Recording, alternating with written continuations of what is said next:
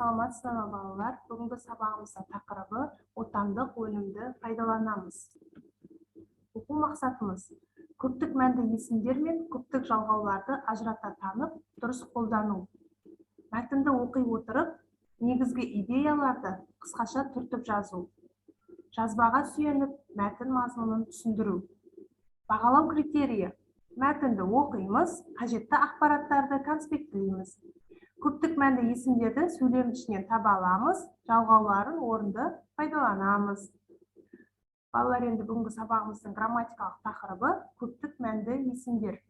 Көптік мәнді есімдер деп затты жеке даралап атамай, оның жиынын тобымен атайтын зат есімдерді атайды.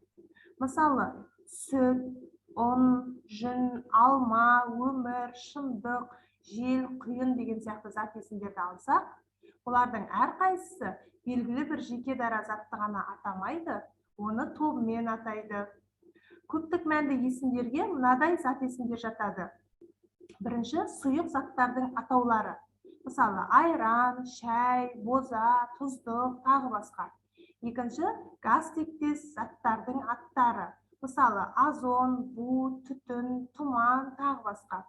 Келесі бізде уақ, ұнтақ заттардың атаулары. Мысалы, ұн, шаң, тозаң, жидек, кірпік, шаш, тағы басқа.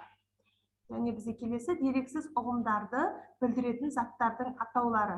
Мысалы, дерексіз, яғни айла, алғыс, ақыл, сүйеніш, шындық, қасірет, қайғы, тағы басқа.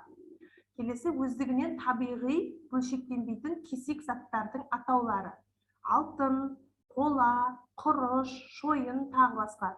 Және ең соңғы бізде балалар жаратылыс құбылыстарының атаулары. Мысалы, боран, жаңбыр, қар, жел, құйын, тағы басқа. Балалар, енді көптік мәнді есімдерді түсінсек, енді тапсырмалар беремін. Жаңа сөздермен таныс болайық балалар. Кәсіпорын, қосалқы, әртараптандыру, кеңейту, серпін, күшейту, жабдықтау. Енді балалар жазылым тапсырмасын орындаймыз. Берілген сөйлемдердің ішінен көптік мәнді есім сөздерді тап.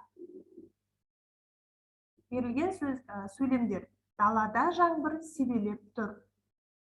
Анам мені дүкенге қант әкелуге жұмсады. Сабақтан 5 алған менің қуанышымда шек жоқ. Желдің қарқыны күшті.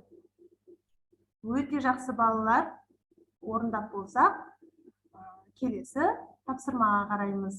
Жеке жұмыс. Енді әрқайсысыңа балалар қима қағаздарды таратамын. Яғни бұл жерде берілген сөздерге көптік жалғауларын дұрыс, орынды жалғап жаз. Сөйтіп орындауымыз керек балдар. Орындап болсақ, өте жақсы. Енді сабағымызды кері байланысты бағдаршам әдісі арқылы. Өте жақсы. Енді үйге тапсырма. Оқулықтағы 12-ші тапсырма, 41-ші бет. Тамаша балалар, үй жұмысын жазып алсақ, бүгінгі сабағымыз аяқталды. Сау болыңдар.